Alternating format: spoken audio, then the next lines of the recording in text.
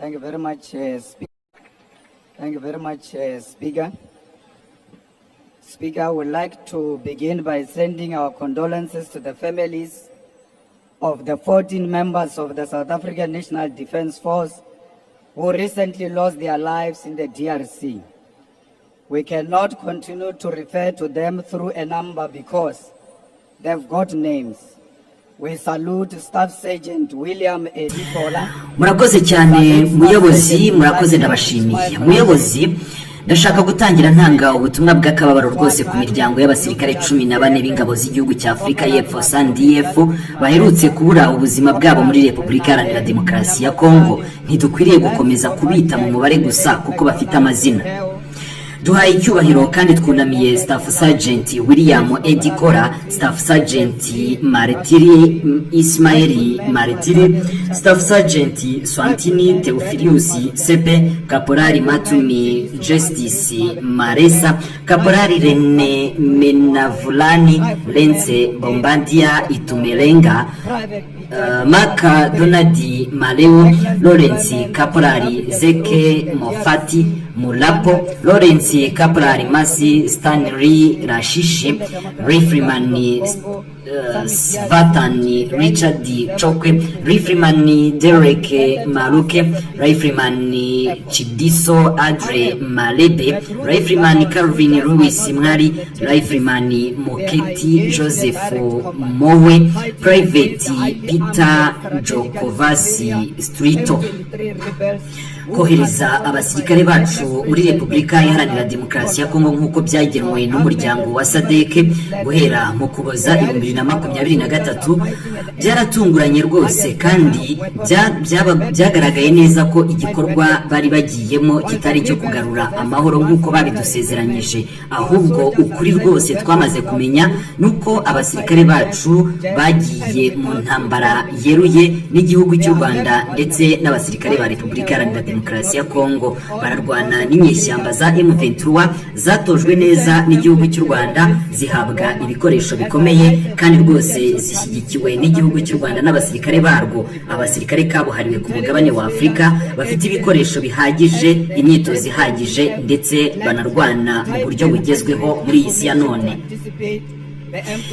Banyakubahwa, ntabwo nshobora gukomeza guceceka ku bijyanye n'iki kibazo. Guverinoma yabeshye abaturage. Ukuri nuko abasirikare bacu barwana n'umwanzi ufite intwaro zihambaye, ubushobozi buhambaye, yewe rero n'amayeri yo kurwana bihagije kandi bigezweho. Ni mu gihe izi nyeshyamba kandi zinafite ibikoresho bigezweho by'intambara. Naho rero abasirikare bacu boherejwe ku rugamba bo, yewe rero nta n'indege bafite, ntibafite indege zitagira abapilote cyangwa se drone, ntibafite indege z'intambara zigezweho ndetse nta n'ibikoresho bikomeye bafite. Basigaye inyuma mu iterambere kandi bari kurwana intambara badashobora gutsinda kubera amakosa ya leta yacu.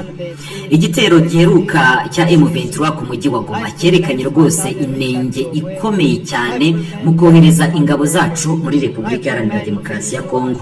Ndababwiza ukuri rwose, igisirikare cyacu nticyari gikwiriye kujya guhangana n'aba barwanyi kabuhariwe bamaze kugaragariza isi yose ko ari abarwanyi bagezweho kandi bafite ibikoresho bihambaye ndetse n'ubumenyi mu bya gisirikare.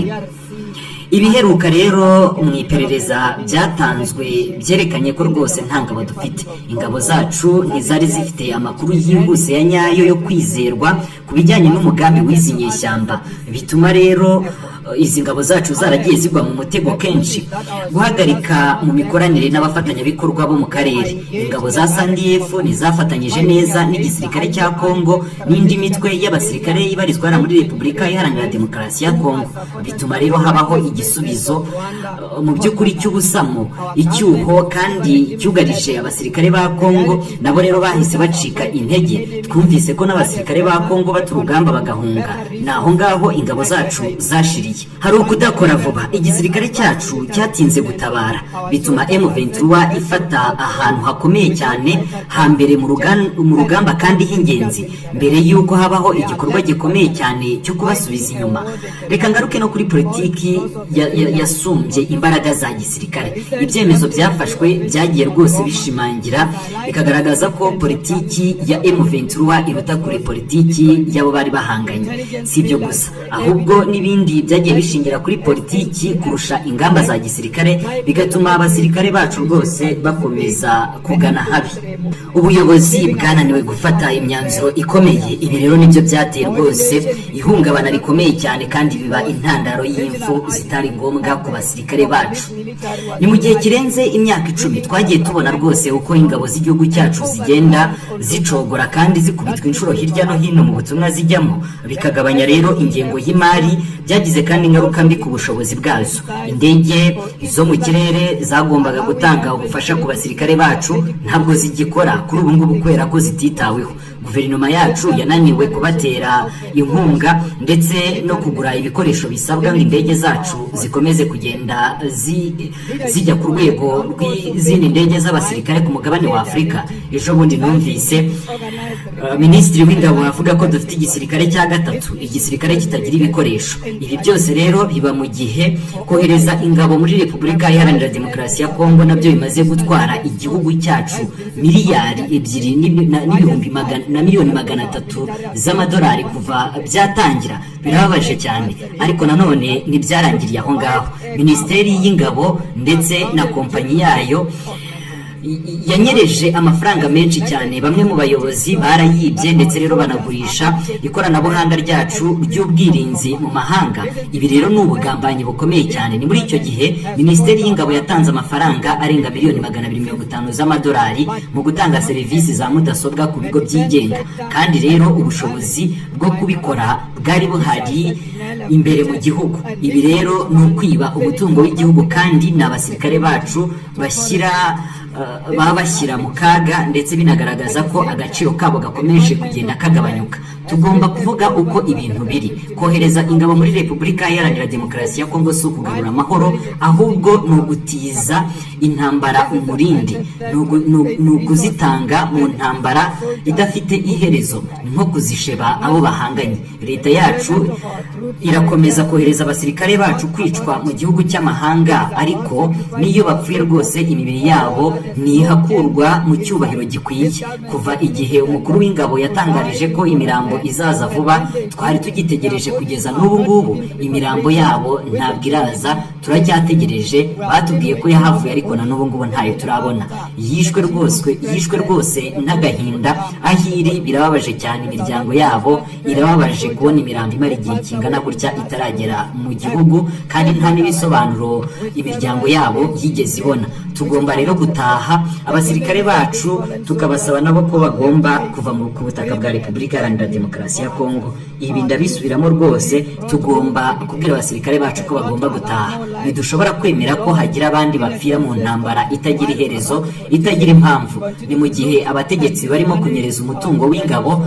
Batahe bwangu, nibatahe nyine. Ni mu mpera z'icyumweru gishize Afurika y'Epfo yitabiriye inama rusange yahuje SADC n'umuryango wa Afurika y'Iburasirazuba muri Tanzania kugira ngo baganire ku bibazo biri muri Repubulika Iharanira Demokarasi ya Kongo.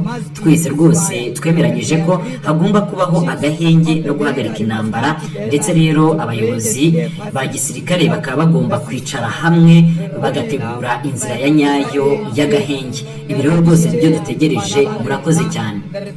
The deployment of our troops in the DRC is not about achieving peace. It is about sacrificing our soldiers for war that has no end in sight. This government continue to send them to die in foreign land, and when they do, their bodies are not even repatriated with the dignity they deserve. We are still waiting for the bodies, even after the Chief of Defense said the bodies will come the following day. The South African National Defence Force soldiers who passed away in the last few weeks have still not arrived home, with several delays being blamed, which is unacceptable. The families of these fallen soldiers are left waiting, grieving and struggling for answers. Our troops be brought home immediately. We cannot allow more lives to be lost in a senseless conflict while corrupt politicians continue to loot and mismanage our defense resources. Bring them back home now. This past weekend, South Africa participated in a joint SADC and East African Community Summit in Tanzania to discuss DRC crisis. We agree that there must be ceasefire, and we agree that the chiefs of the military must come together to create a clear passage of the ceasefire. Re re ho lena baetapele ba ANC honourable member, le rekisitse your time bana is ba up. rena le re tsegisha ka Honourable matakere. Thank you. Inkosi RN Tsebekhulu.